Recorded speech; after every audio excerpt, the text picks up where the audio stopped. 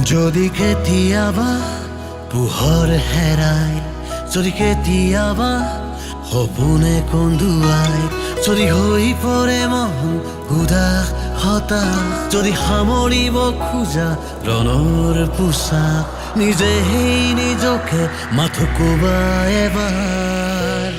শান্ত সাগৰত হ'ব পাৰি জানো ধুমুহা বিজয়ী নিপুণ নাবিক, ঢেৰেকনি অবিহনে পাব পাৰি জানো সপোনৰ বৃষ্টি মুষলধাৰে।